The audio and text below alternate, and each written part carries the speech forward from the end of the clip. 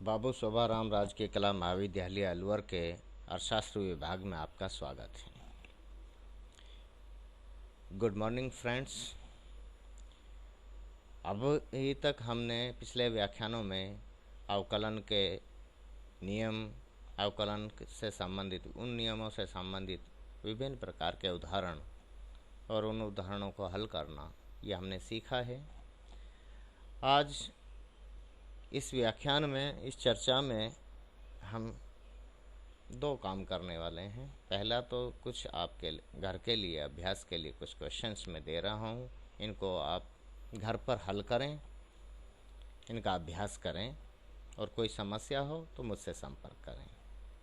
ठीक है, तो चलो शुरू करते हैं। क्वेश्चन नंबर 1, यदि y is equal to 2x प्लस 1 2 bracket x plus 1 upon x square plus 2x plus 3 हो तो अवकलन कीजिए या dy बाई डी एक्स ज्ञात कीजिए। मैं इनके उत्तर आपको लिख रहा हूँ आंसर, ताकि आप टैली कर सकें कि आपने जो किया है वो सही है या गलत है। ठीक है ना। Question number 2, y is equal to root of x log of x square. y बराबर under root x log of x square. ये क्वेश्चन है, इसको आप सॉल्व करें।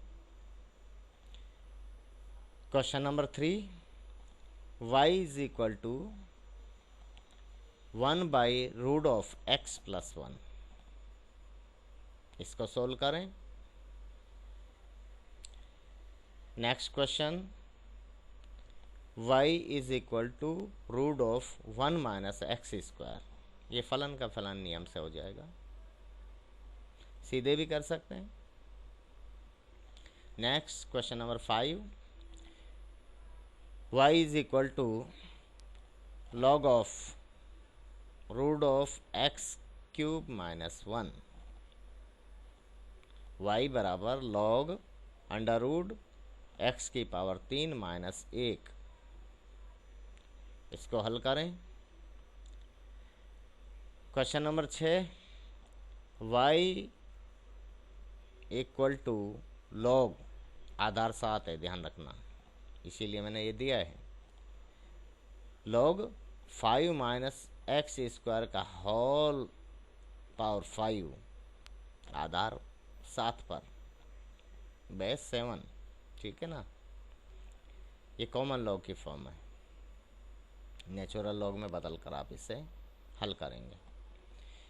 नेक्स्ट क्वेश्चन 7, यदि y is equal to e raise to power minus 1 upon x हो तो अवकलन कीजिए। Next question, y is equal to x की पावर n। अब ये कोई मुश्किल नहीं है, क्योंकि हम x की पावर x का अवकलन कर चुके हैं। आपके लिए यही है कि लॉग लेकर इसको हल करेंगे तो आसान हो जाएगा। ठीक है ना। नेक्स्ट क्वेश्चन 9, यदि y is equal to e log of x, y बराबर ई की घात log x हो तो अवकलन कीजिए। ठीक है। नेक्स्ट क्वेश्चन 10, यदि y is equal to 7 raise to power minus x तो अवकलन कीजिए। इस तरह के अवकलन के लिए मैंने पहले भी बताया कि log ले लेंगे तो अवकलन करना आसान हो जाता है। बाकी आप जो भी ठीक लगे आप करें। तो ये 10 क्वेश्चन मैंने आपको प्रैक्टिस के लिए दिए हैं, इनको आप हल करें और यदि कोई समस्या हो इन प्रश्नों में तो आप मुझसे संपर्क कर सकते हैं। इसके अलावा भी जब आप किताब देखेंगे तो और कई सारे क्वेश्चंस आपको मिलेंगे। ये अवकलन के विविध नियम जो हैं, सभी नियम, अलग अलग तरह के जो नियम हैं, उन नियमों पर आधारित प्रश्न हैं। इस तरह के क्वेश्चंस आप और सॉल्व करें तो आपके लिए अच्छा रहेगा। अब हम थोड़ा सा डिस्कशन ये करते हैं, थोड़ी सी चर्चा इस बात की करते हैं कि अर्थशास्त्र में अवकलन का उपयोग क्या है। विस्तृत चर्चा तो इसके बारे में हम बाद में जब करेंगे, जब हम मैक्सिमा, मिनिमा और पॉइंट ऑफ इन्फ्लेक्शन पढ़ लेंगे। साथ में आंशिक अवकलन भी अगर हम पढ़ लेंगे तो हमारे लिए बहुत आसान हो जाएगा ये बताना कि ये जो अवकलन है इसको अर्थशास्त्र में कहाँ कहाँ किस लिए प्रयोग किया जाता है, इसका प्रयोग कहाँ किया जाता है और इससे हमें क्या आसानी होती है। लेकिन थोड़ी सी चर्चा अब इस पे कर लेते हैं। तो पहले तो जो लिखा हुआ इस पे बात करते हैं कि अवकलन की सहायता से हम कुल फलन से सीमांत फलन ज्ञात कर सकते हैं। किसी भी कुल फलन का प्रथम अवकलज, फर्स्ट ऑर्डर डिफरेंशिएशन, प्रथम क्रम का जो अवकलन है जो हमने अभी किया है dy/dx, किसी भी कुल फलन का प्रथम अवकलज उसका सीमांत फलन होता है। अर्थशास्त्र में हम कुल आगम, कुल उपयोगिता, कुल उत्पादन, कुल उपभोग, कुल लागत जैसे बहुत सारी अवधारणाओं का हम प्रयोग करते हैं। हम अवकलन की सहायता से इन सभी के सीमांत मूल्य ज्ञात कर सकते हैं, ठीक है ना। लेकिन अब जैसे हम बात करें कि जैसे कुल आगम है, कुल आगम से, ये मैंने गलत लिख रखा है, इसको आप सुधारें। कुल आगम से सीमांत आगम, टोटल रेवेन्यू से मार्जिनल रेवेन्यू MR, ये TC गलत है, ये MR है। टोटल रेवेन्यू से मार्जिनल रेवेन्यू निकालना हो। टोटल प्रोडक्शन, कुल उत्पादन, जिसे हम Q से दिखाएंगे, उससे मार्जिनल प्रोडक्शन निकालना हो, सीमांत उत्पादन निकालना हो। कुल लागत से, टोटल कॉस्ट से सीमांत लागत मार्जिनल कॉस्ट निकालनी हो। इसी तरह से कुल उपभोग से सीमांत फलन ज्ञात करना हो या उपभोग की सीमांत प्रवृत्ति, मार्जिनल प्रोपेंसिटी टू कंज्यूम निकालनी हो, तो हम क्या करते हैं कि फलन का अवकलन कर देते हैं। जब हम फलन का अवकलन करेंगे, इनमें से किसी भी फलन का अवकलन करेंगे तो कुल फलन से संबंधित सीमांत जो फलन या सीमांत मान प्राप्त हो जाता है। उपभोग के संदर्भ में यह है कि उपभोग फलन का जब हम अवकलन करते हैं तो उससे उपभोग की सीमांत प्रवृत्ति हमें प्राप्त होती है। कुछ उपयोगों से संबंधित जो प्रयोग हैं अवकलन के, उनके बारे में थोड़ी सी बात कर रहे हैं, क्योंकि जैसा मैंने आपको पहले कहा है कि इस पर हम विस्तृत चर्चा बाद में कर पाएंगे जब हम maxima, minima, point of inflection, उच्चिष्ठ, निम्निष्ठ और मोड़ के बिंदु का अध्ययन कर लेंगे तो हमारे लिए फिर चर्चा करना बहुत आसान रहेगा। आपको समझने में, मुझे समझाने में काफ़ी फ़ायदेमंद रहेगा। तो हम बात कर रहे हैं पहले कि मांग की बिंदु लोच निकालने के लिए अवकलन का उपयोग होता है। अब मांग की लोच के बारे में आपने व्यष्टि अर्थशास्त्र में पढ़ा है सेकेंड ईयर में। यदि की मांग फलन x = 250 minus p minus 0.05 p² हो तो p बराबर 10 पर कीमत 10 इकाई पर मांग की लोच की गणना कीजिए। ये क्वेश्चन आ जाता है। तो हम क्या करेंगे, हम पहले तो हमें मांग की लोच का पता होना चाहिए कि मांग की लोच होती क्या है, क्योंकि यहाँ बिंदु लोच की बात हो रही है। ठीक है, तो मांग की बिंदु लोच इलास्टिसिटी ऑफ डिमांड क्या होती है, P/x × dx/dp होता है। बिंदु लोच का सूत्र यह है।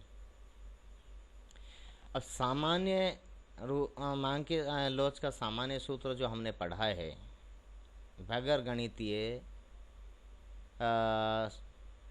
अर्थशास्त्र का सहारा लिए हमने जो पढ़ा है वह मांग की लोच है क्या? कीमत में सापेक्षिक परिवर्तन के फलस्वरूप मांग में होने वाला सापेक्षिक परिवर्तन, या कीमत में आनुपातिक परिवर्तन के कारण मांग की मात्रा में होने वाले आनुपातिक परिवर्तन के माप को मांग की लोच कहते हैं। यह हमने परिभाषात्मक रूप से पढ़ा है। तो ये हम मांग की लोच का सूत्र हमने जो देखा था कि भाई मांग की मात्रा में होने वाला परिवर्तन बटा में आरंभिक मांग बटा कीमत में परिवर्तन बटा आरंभिक कीमत, इस रूप में हमने सूत्र पढ़ा हुआ है। तो इससे निकल के आया जो है मांग की लोच का सामान्य सूत्र, elasticity of demand is equal to delta x by delta p into p by x. परंतु यदि डेल्टा एक्स यानी मांग की मात्रा में बहुत सूक्ष्म परिवर्तन हो, वस्तु की मात्रा में बहुत थोड़ा सा परिवर्तन हो, माफ़ कीजिएगा, यहाँ हम क्योंकि संदर्भ मांग फलन का एक अलग तरीके से है। मांग फलन दो तरह से होता है, यहाँ पी के फॉर्म में होता, पी इज इक्वल टू तो अलग होता है, यहाँ चूँकि हमने एक्स के फॉर्म में लिया है तो एक अलग होगा।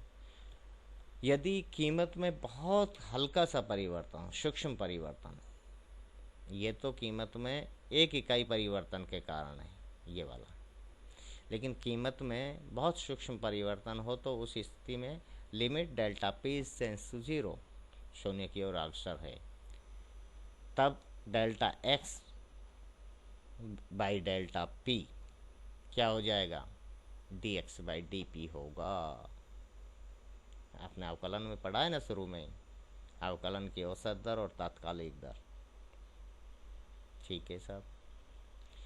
तो मांग फलन क्या है हमारा? x is equal to 250 minus p minus 0.05 p square. हमें चाहिए क्या? हमें चाहिए ये चीज़ें चाहिए। कीमत दी हुई है 10 रुपया, एक तो x का मान निकालना है, जब p बराबर 10 रखेंगे तो x का वैल्यू आ जाएगी, और उसके बाद फिर हमें मांग फलन का अवकलन करके जो है ये भाग है वहाँ से मिलेगा। तो d x by d p is equal to इसका प्रथम क्रम का अवकलन, यानी पी के सापेक्ष कीमत के सापेक्ष अवकलन हो रहा है। ध्यान रखना यहाँ कीमत जो है परिवर्तनशील है या कीमत स्वतंत्र चर है। तो 250 का 0 माइनस पी का -1 माइनस 0.05 पी स्क्वायर, तो 0.05 तो एज इट इज़ इंटू 2, तो 0.05 गुणा 2 बराबर 0.1 होगा ये, और p की घात 2 माइनस 1 तो p रह जाएगा, तो d x by d P ये आएगा।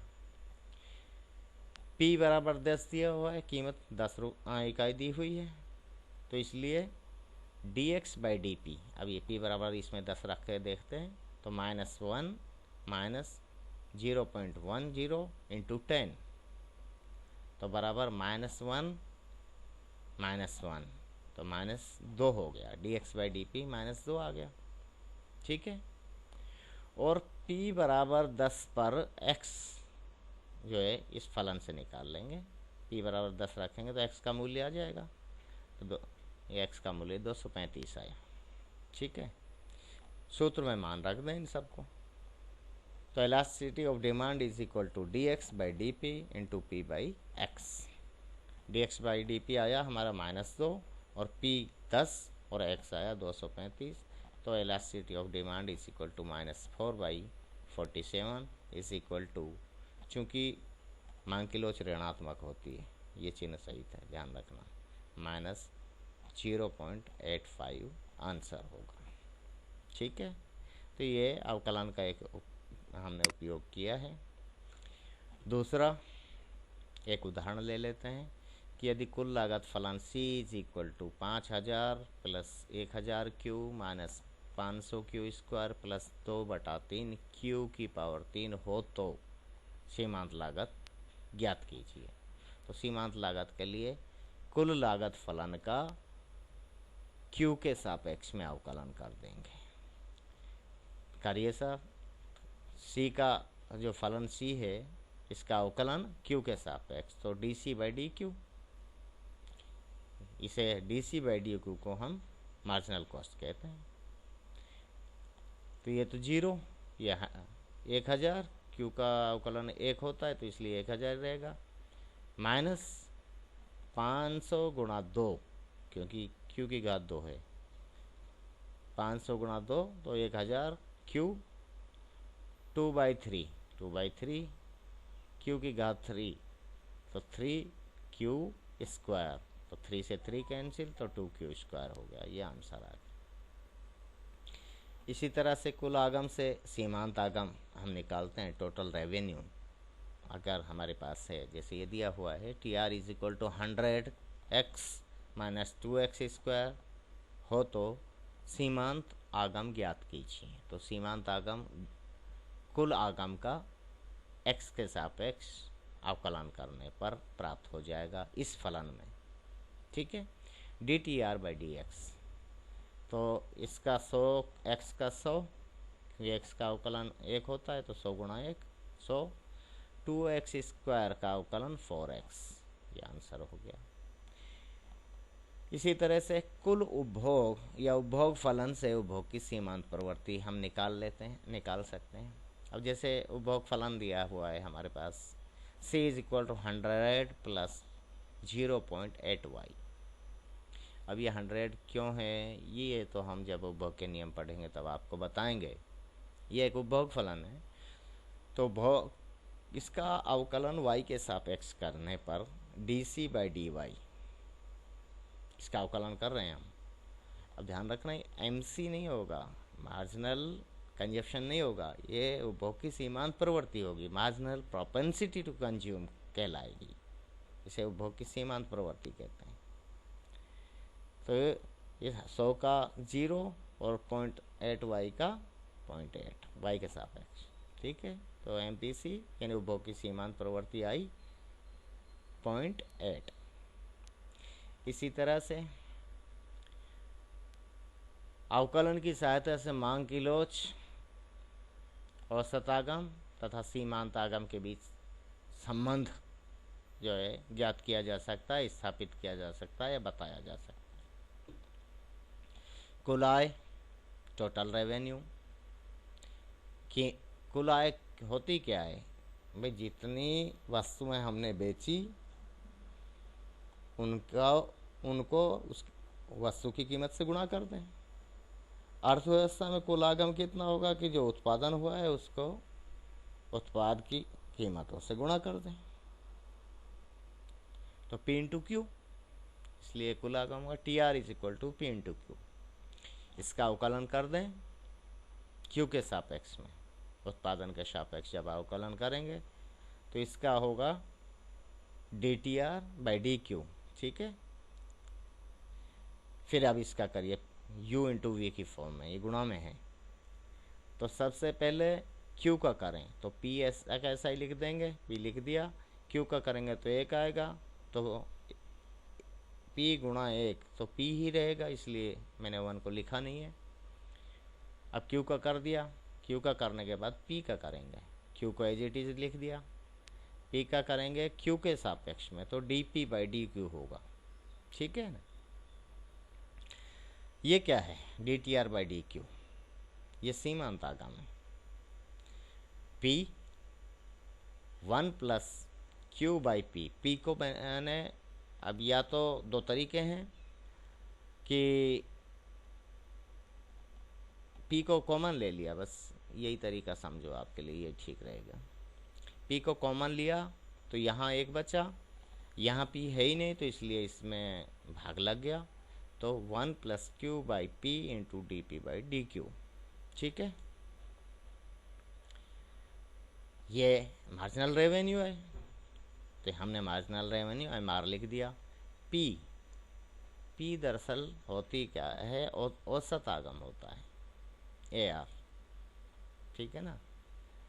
1 प्लस, अब ये लोच का सूत्र ध्यान करो आप, लोच का सूत्र क्या है, मांग की लोच का, कि D Q by d P, अगर एक्स और वाई के रूप एक्स और पी के रूप में करेंगे तो यहाँ डी एक्स हो जाएगा, और क्यू और पी के रूप में करेंगे तो D Q by d p into p by Q. ये हमारे पास यहाँ क्या है, यहाँ थोड़ा अलग है, यहाँ उल्टा है, एक बटा मांग की लोच हुई है एक तरह से, D P by D Q, ये वाला Q by P into Q by P, तो 1/ED हो गया ये, 1/E इलास्टिसिटी, ठीक है ना। एवरेज रेवेन्यू होता क्या है, कुल आगम में उत्पादन की मात्रा या उत्पादन की इकाइयों का भाग देने पर जो है औसत आगम आता है। प्रति इकाई उत्पादन को औसत उत्पादन कहते हैं। तो कुल आगम क्या है, पी इंटू क्यू है, इसमें उत्पादन का भाग दिया क्यू का, तो क्यू से क्यू कट गया, इसलिए ये पी, तो पी बराबर ए आर होता है, इसलिए हमने यहाँ ए आर लिखा है। तो marginal revenue is equal to A R average revenue bracket 1 + 1/ED। अब ये महत्वपूर्ण चीज़ ये है कि मांग की लोच का जो चिन्ह है, मांग की लोच हमेशा ऋणात्मक होती है, हमने यहाँ लिखा नहीं है ऋणात्मक चिन्ह, चाहो तो कई लोग हैं जो इस तरह से भी लिखते हैं, चिन्ह को पहले ही शामिल कर देते हैं, बाकी ये जब निकालेंगे तो ये ऋणात्मक ही आएगी, एक सामान्य साधारण मांग वक्र के संदर्भ में जब बात करें, ठीक है ना। नेक्स्ट, अवकलन की विधि से औसत आगम औसत लागत तथा सीमांत लागत के बीच संबंध की व्याख्या की जा सकती है। आपने पढ़ा है व्यष्टि अर्थशास्त्र में लागत वक्रों के बारे में, औसत लागत और सीमांत लागत वक्र इस तरह के होते हैं। सीमांत लागत वक्र औसत लागत वक्र को न्यूनतम बिंदु, उसके न्यूनतम बिंदु से काटता हुआ ऊपर निकलता है। पहले औसत लागत वक्र घटता है, न्यूनतम होता है और फिर बढ़ना शुरू करता है। सीमांत लागत वक्र औसत लागत से पहले ही न्यूनतम हो जाता है और बढ़ता हुआ औसत लागत के न्यूनतम बिंदु पर काटता हुआ उससे आगे निकल जाता है, ठीक है। इस तरह का हमने पढ़ा हुआ है, बाकी डिटेल में हम बाद में बात कर लेंगे जब अवकलन और बाकी चीज़ें और जब कॉस्ट पढ़ेंगे तब आ जाएगा। यदि औसत लागत ऐसी इज इक्वल टू सी तथा कुल उत्पादन Q है, तो कुल लागत TC is equal to C into q, ठीक है। प्रति इकाई उत्पादन की लागत और उत्पादन की मात्रा का गुणनफल कुल लागत होगी, औसत लागत गुणा Q। अब हम इसका अवकलन कर दें, कुल लागत फलन का। कुल लागत फलन का जब अवकलन है DTC बाई DQ, यानी Q के सापेक्ष कर रहे हैं, इज इक्वल टू या U इंटू V में आ जाएगा। पहले Q का करेंगे तो C ऐसा कैसे रह जाएगा, क्योंकि Q का अवकलन 1 होता है। फिर Q को एज इट इज़ रखा और C का अवकलन किया Q के सापेक्ष में, Q के सापेक्ष C का करेंगे तो DC बाई DQ आएगा, तो ये आएगा। ये क्या है, कुल लागत का प्रथम क्रम का अवकलन, first order differentiation of total cost with respect to output is equal to marginal cost, सीमांत लागत होती है। तो सीमांत लागत बराबर है C, यह औसत लागत है, plus DC by DQ into, ये औसत लागत में परिवर्तन है, ध्यान रखना, उत्पादन में परिवर्तन के कारण औसत लागत में जो परिवर्तन होता हुआ है, इंटू Q, ठीक है। अब हम देखते हैं कि यदि DC बाई DQ यानी औसत लागत में परिवर्तन, जब उत्पादन बढ़े तो औसत लागत में क्या बदलाव आ रहा है, यदि उत्पादन में परिवर्तन कारण औसत लागत में होने वाला परिवर्तन 0 है, मतलब हम यहाँ हैं इस जगह, तो DC बाई DQ परिवर्तन 0 है, हो ही नहीं रहा, न्यूनतम बिंदु है ना इसका, इसलिए मैक्सिमम मिनिमम में इसको डिटेल में पढ़ेंगे, इसलिए अभी थोड़ा सा समझ लो। परिवर्तन शून्य है। परिवर्तन जहाँ जब शून्य है तो यहाँ औसत लागत सीमांत लागत के बराबर है, ध्यान रखना। ये औसत लागत वक्र सीमांत लागत वक्र को काट रहा है। ये सीमांत लागत वक्र औसत लागत वक्र एक दूसरे को काट रहे हैं, तो ये दोनों बराबर हैं। यदि D C by D q equal to zero हो तो marginal cost is equal to average cost. इस बिंदु की बात कर रहे हैं हम, ठीक है ना। नेक्स्ट सिचुएशन क्या बनती है कि यदि उत्पादन में परिवर्तन के कारण औसत लागत में परिवर्तन जो होता है वो धनात्मक हो, यानी दोनों में एक ही दिशा में परिवर्तन हो, ये ग्रेटर देन जीरो है।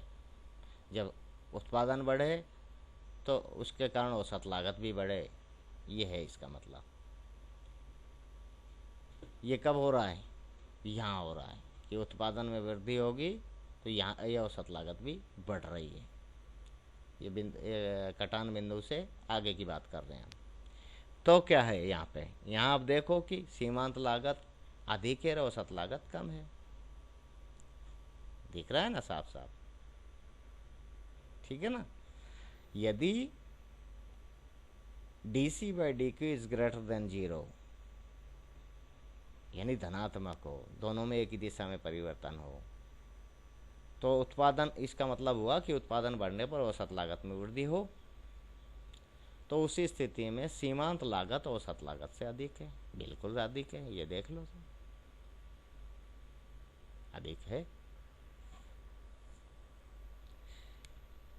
ठीक है ना। क्योंकि औसत लागत प्लस ये धनात्मक मूल्य मिलके सीमांत लागत के बराबर बनेंगे। अगर इसको हटा दें तो ये कम रह जाएगा सीमांत लागत से औसत लागत, ये है ना औसत लागत। तो यही बात कही गई है। तीसरी स्थिति है कि यदि सीमांत औसत लागत में वो उत्पादन बढ़ने पर औसत लागत घटे, उत्पादन बढ़ने पर उत्पादन इधर बढ़ेगा, औसत लागत घटेगी, ऊपर से नीचे की ओर आए। तो हम बात कर रहे हैं यहाँ की, उत्पादन बढ़ा और औसत लागत घट रही है, यानी इसमें परिवर्तन, औसत लागत वक्र में परिवर्तन जो है ऋणात्मक है, ठीक है, एक दूसरे के उल्टी दिशा में बदल रहे हैं। जब उत्पादन बढ़ने पर औसत लागत में कमी हो, ये बात कही जा रही है। तो क्या हो रहा है? देखो आप यहाँ पे औसत लागत सीमांत लागत से अधिक है, ये ज़्यादा है ना, ये रही, हाँ, औसत लागत सीमांत लागत से अधिक है, ये देख लो। सीमांत लागत कम है औसत लागत से।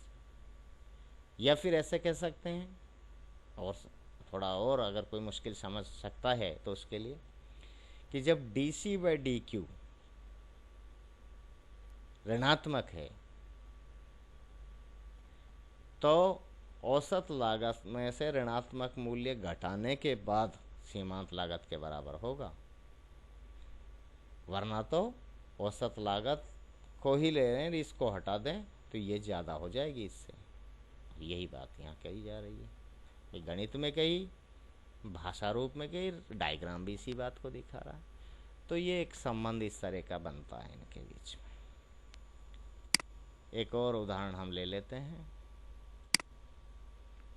कि यदि c is equal to 1/25q² plus 3q plus 50 हो तो सीमांत लागत ज्ञात कीजिए। कोई कह दे आपसे तो बड़ा आसान है भाई, सीमांत लागत है क्या? वस्तु की उत्पादन की एक अतिरिक्त इकाई के कारण, एक इकाई उत्पादन में वृद्धि के कारण कुल लागत में होने वाला परिवर्तन सीमांत लागत कहलाता है। आपने व्यष्टि अर्थशास्त्र पढ़ा है। हम यहाँ कह रहे हैं कि यही बात, इसी बात को हम दूसरे तरीके से कह रहे हैं कि उत्पादन में परिवर्तन हुआ एक इकाई, उस या बहुत थोड़ा परिवर्तन हुआ, उसके कारण जो है कुल लागत में परिवर्तन D C by D Q. तो यही तो हम बात कह रहे हैं। तो अवकलन कर दीजिए, तो इसका अवकलन होगा 1/25 q² का 2q, तो 2/25q, और 3q का 3, 50 का 0 हो जाएगा, तो 2/25q प्लस 3 आंसर होगा, ठीक है, तो अवकलन से संबंधित अपन ने जो समस्याएं हैं, जो प्रश्न बनते हैं, उनको डिटेल में डिस्कस किया है, उनके सॉल्यूशन उनको समझाने का प्रयास किया है। फिर भी अगर कोई समस्या है तो आप बात कर सकते हैं। बाकी आप खुद प्रैक्टिस करेंगे तो आपके लिए बहुत आसान रहेगा। अवकलन जो सरल अवकलन है, एक चर के फलन है, उनका अवकलन वाला टॉपिक हमारा यहाँ समाप्त होता है। नेक्स्ट जो लेक्चर होगा हमारा, नेक्स्ट डिस्कशन होगा, वो maxima minima and point of inflection को लेकर होगा। उसके अलावा हम पार्शियल डिफरेंशिएशन, आंशिक अवकलनों पर भी बात करेंगे। आज के लिए इतना ही। थैंक यू, धन्यवाद।